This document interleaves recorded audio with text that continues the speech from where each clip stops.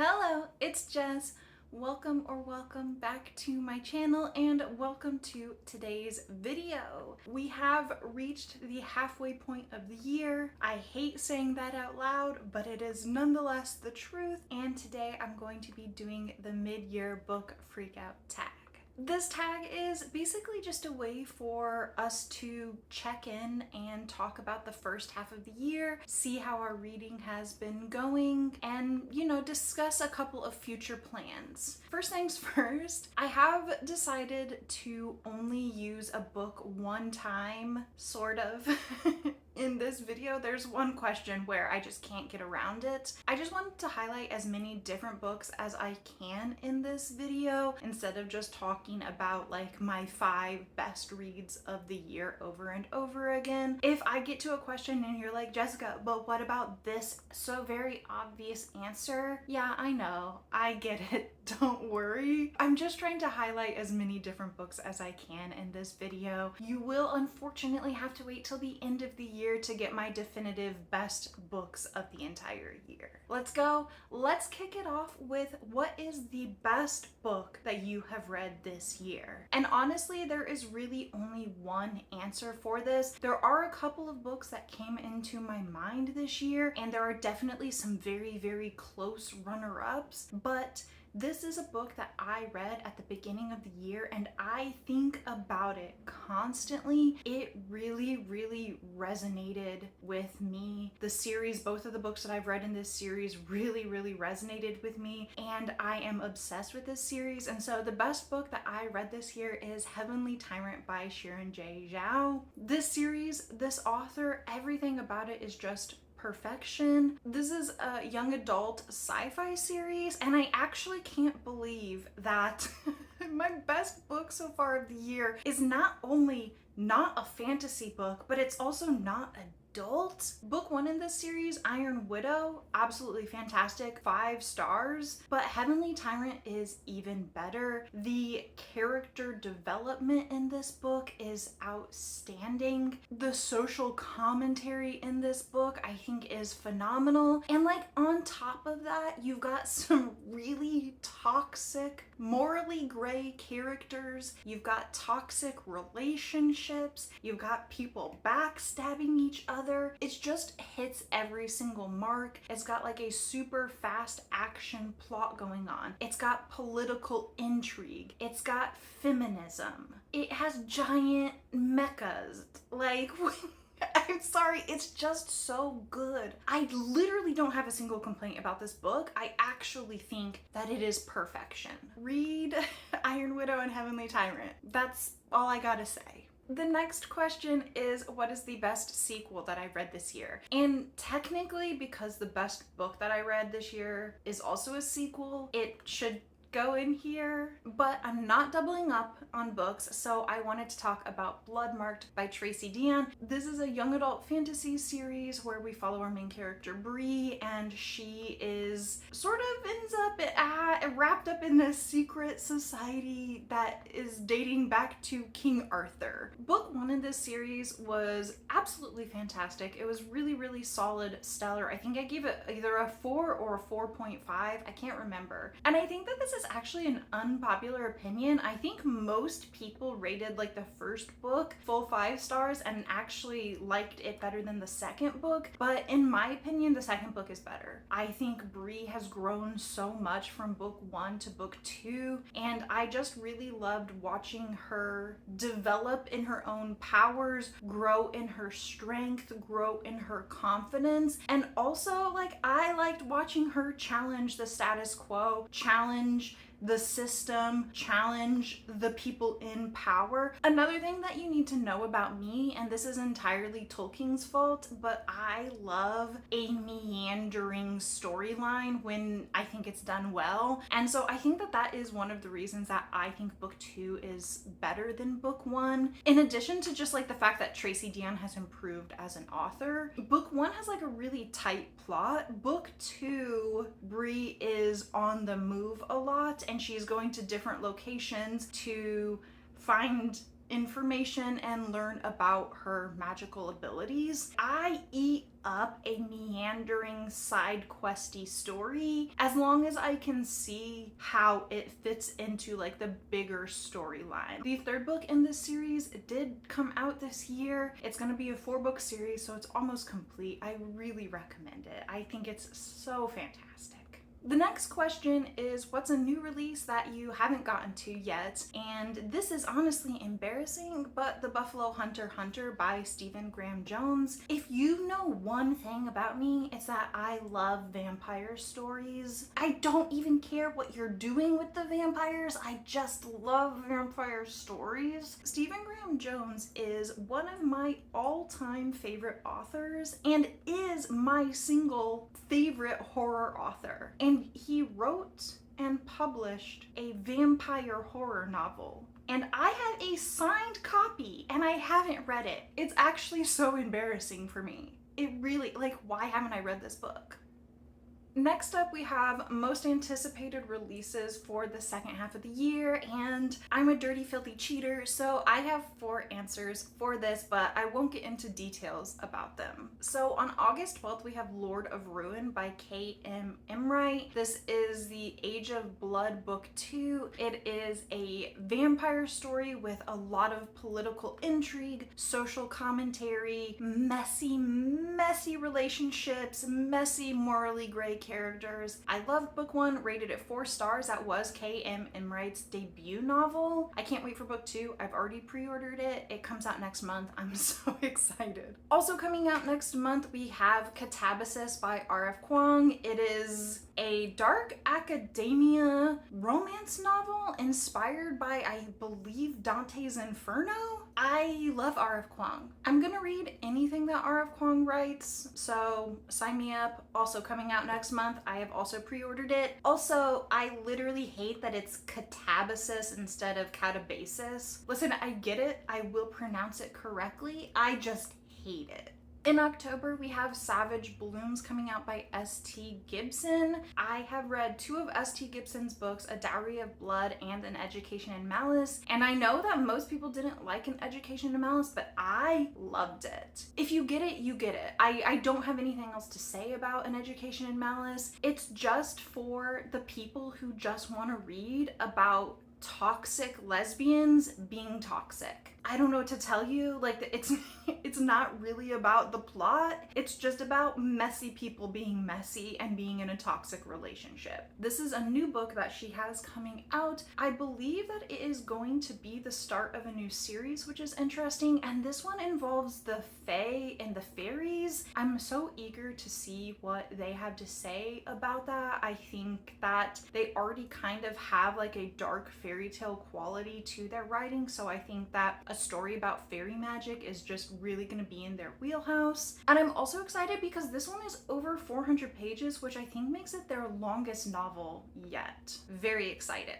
And then in November, we have Eternal Ruin, the sequel to The Immortal Dark by Tigist Girma. Dark academia vampires. Absolute toxic messiness. Secret societies. I had a fantastic time with book 1 in this series. I've already pre-ordered book 2. I just can't wait. Next up, we have Biggest Disappointment, and to be honest, I don't really have a good time talking negatively about books, so we'll keep this short, but that goes unfortunately to Immortal Longings by Chloe Gong. This was on my anticipated releases for the year it came out, and then I didn't read it for like 2 years. And then when I did, it just really let me down. This is definitely a case of it's me, not the book, because I have seen so many people give this book 4 or 5 stars. There's just not a single aspect of this book that worked for me. I really didn't enjoy any part of it. I don't want to like deter anyone from reading this because I'm definitely in the minority of this opinion, but it was just such a massive disappointment. And to be honest, I remember just being kind of bored when I read it. Next up is Biggest Surprise, and I'm gonna be honest, no books really surprised me this year. Basically every single book that I read this year either lived up to what I expected from it or disappointed me. I'm gonna be real, I'm kind of having like a very middle of the road year when it comes to my reading. I'm getting like a lot of books that are between 3 and 4 stars. It's not that I haven't had 5-star reads this year, I have, and I've read some really fantastic books here and there, but the books that were 5-star reads, I expected to be 5-star reads. So they didn't shock me or surprise me in any way, they just lived up to my expectations. And all the other books that I read, I kind of knew what I was getting into going into them, and so I was like, yeah, this is what I expected. In order to have a book to talk about for this question, I'm actually going to talk about the Dungeon Crawler Carl series, which everybody is on the hype train. This book series is currently so massively popular. You don't need me to tell you to read it, but I will just say that I have read the first 3 books in the series, and I only gave book 1 3 stars or 3.5, I can't remember. And when I read book 1, I was like, I mean, that was a fun time, that was entertaining, but I do not understand the hype. I don't get it. However, by the time I finished book 3, I was fully on board with the hype train. I get it.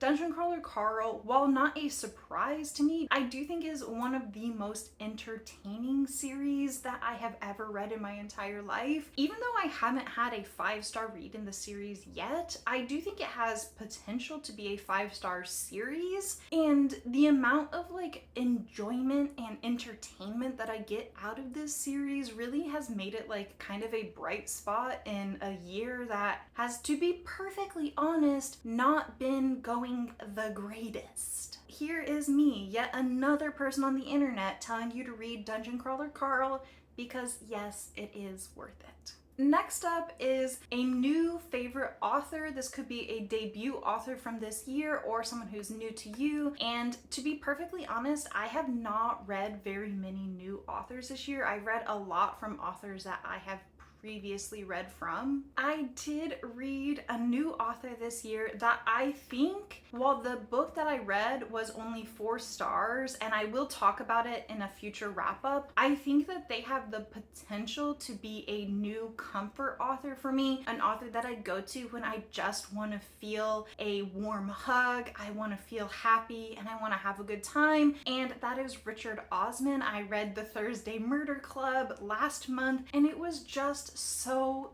good and so fun and enjoyable. There's something specific about Richard Osman's writing that is just so warm. He feels so empathetic. You can just tell by the way he's writing how much he cares about not only like the characters, which he does, and he makes you fall in love with these characters, but like also just that he cares about the reader experience. I know that's like an intangible quality that you can't measure, but his messaging in these books is just so clear. What he is trying to say is so clear, and I think he does it with so much care and empathy, and I just had such a fantastic time existing within the world of this book. And I also liked how at times it was like a really silly, goofy time. I think Richard Osman has a bit of an understated humor, but like a very warm, silly humor to the books that I think really enriched the reading experience, at least for me personally.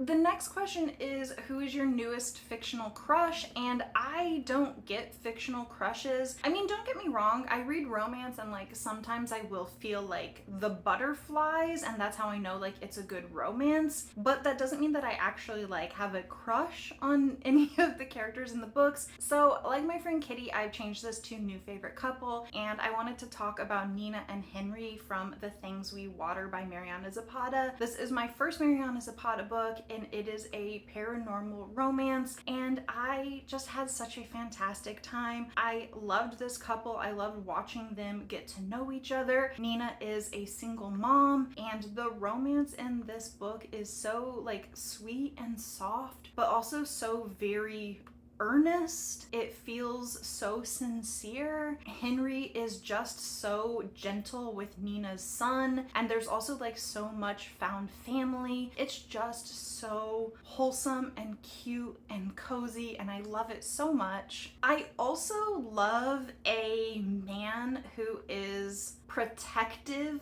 possessive about his family. Not possessive in a way like I own you, but possessive in a way of like I will stand in front of the entire world because I am yours and you are mine. And Henry is that to a T. I also liked that Henry and Nina were both like older than the average romance characters. I believe they're both in their 30s. Really great time. Fantastic for my very first Mariana Zapata. I definitely will be picking up more works by her in the future. Next up, we're going to talk about my new favorite character, and for that I have chosen Xi Lian from Heaven Official's Blessing. This book is such a silly, goofy, fun time, and I think what makes it so enjoyable and entertaining and just fun. Like, you know, when you read a book and you can tell that the author just wants you to have fun while reading it, that is Heaven Official's Blessing. And one of the things that makes it so fun is the main character, Xi Lian, who is an ex-mortal prince who has ascended to heaven 3 separate times. Obviously, that means that he has been like cast down twice. And because he's been cast down twice, he's considered like the laughing stock of the entire like heavenly realm. What I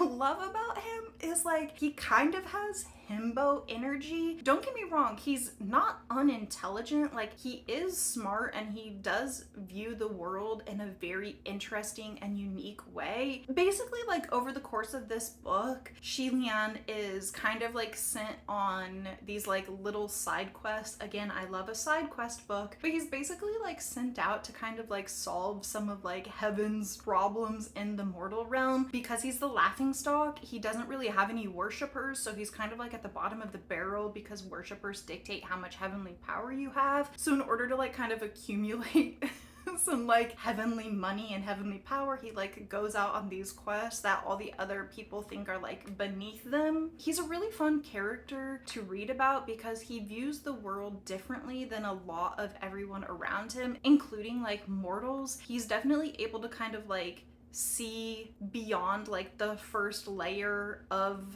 what is happening on the surface. And I don't mean that in like a magical way, just that like despite his himbo energy, he is very perceptive. He's able to kind of make connections that other people haven't, that helps him solve these like problems. But also what I love about him is he extends that perception to everyone else that he meets. As like someone who has been alive for hundreds and hundreds of years and is also basically considered like an embarrassment to heaven, he knows what it's like to have everyone kind of make assumptions about you, for people to not really know who the real you is and not fully see you, also to not really be accepted. And he kind of uses that, and instead of letting it get him down and turning him into like a hostile bully, he then kind of uses that to see everybody around him. He's so perceptive of other people, and he lets them kind of just be who they are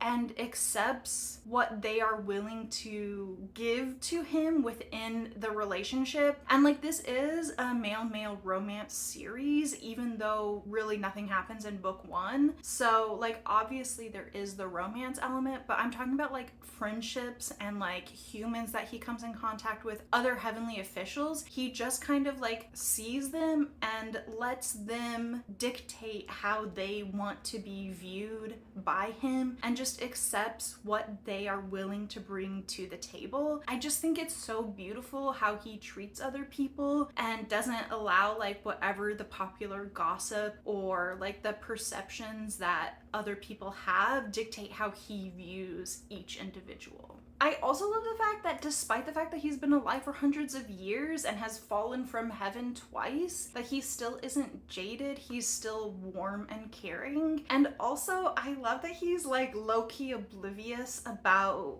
people's true feelings for him. It's really, really funny, and that's part of like his himbo nature. When it comes to like how other people view him, he does not get it. He does not get it at all. To be honest, it's really, really funny seeing him see so many social cues between other people and miss every single social cue that is directed at him. It's hilarious, and it makes for a really fun, silly story when you consider that it's going to evolve into a full-blown romance at some point. Next up, a book that made you cry. This is short and sweet, Sunrise on the Reaping. It made me cry twice. This book is massively popular because it's a Hunger Games novel, it's a bestseller, and also I have an over hour-long vlog talking about this, so we're not gonna say anything else. Just know that, yeah, it made me cry twice, and the entire book was painful, so there you go. The flip side of that is what's a book that made you happy, and for this I wanted to talk about A Wizard's Guide to Defensive Baking by T. Kingfisher. This is a book that is about a bread wizard, or maybe like you would call her a dough wizard, but whatever. Her magic revolves around baked goods. It's somewhere between middle grade and young adult. I'm not entirely sure where it is, but to be honest, I think this is a book that really could be read by any age range. I don't think it has a limitation on it. Basically, in this world, mages have been disappearing, and due to the fact that mages are disappearing, our main character, I think she's only like 12, she ends up getting caught up in politics and plotting and scheming that is way over her head and above her pay grade, because like I said, she's just a bread mage. Like, what is she gonna do in actual dangerous scenarios? This book is really, really wholesome. It's cute, it's warm, it's cozy. If you read this book and you don't smile at all, you might be a sociopath. So you should definitely read this and test yourself. The next question is, what is the most beautiful book you have acquired this year? And this is the one where I am sort of cheating. First of all, I have been on a 6-month book buying ban. It just finished now. The 2 books I'm gonna show you, I broke that book buying ban for. The first is the actual most beautiful book that I purchased this year. It's this hardcover collector's edition of Heaven Official's Blessing. It's so beautiful, like the sprayed edges, like it's really one of the prettiest books that I own, period. But I didn't want this to be the answer because I've already talked about this book in this video. So my official answer is Sword Heart by T. Kingfisher. This is a reprinting of like the indie self-published version of this book, and I think it's so beautiful. The birds, the sword, the fairy tale vibes of it. Like, this is a cover that I see and it just calls to me. I want to read this book so badly. I just think it's so, so beautiful, and I don't feel bad about breaking my book buying ban for this. And then the last question is, what books do you still need to read by the end of the year? And the answer is so many, but I will narrow that down for the purpose of this video. Obviously, the books that I specifically mentioned in this video, the Buffalo Hunter Hunter, and then the new releases that will be coming out in the second half of the year, obviously those I definitely want to get to. I also specifically want to get to Her Majesty's Royal Coven. So book 3 is the final book in that series. It literally just came out. I've read the first book in the series, and I've also read the novella in this series. So I just have book 2 and 3 left. I loved book 1. 5-star, highly, highly recommend. It's so witchy. I just really want to get to book 2 and then finish it out with book 3 by the end of the year. And then I also want to read The City of Last Chances by Adrian Tchaikovsky, because I have been saying for literal years that I'm going to read this book. I have been saying for years that I want to read something by this author and give them a chance because they are extremely prolific in the SFF genre, and I haven't done it. So it needs to happen. So that is my mid-year book freak out tag. If you want to do this video, do it. consider yourself tagged, and if you make this video, then let me know, because I would absolutely love to see what your answers are. My TBR is never ending, so I might as well add more to it. Am I right? If you don't make videos, let me know in the comments what your best book and your most disappointing book of the year so far are. Thank you so much for spending time with me today and watching this video. I hope that you stay safe this week. I hope you stay nice and cool, and I'll talk to you soon. Goodbye!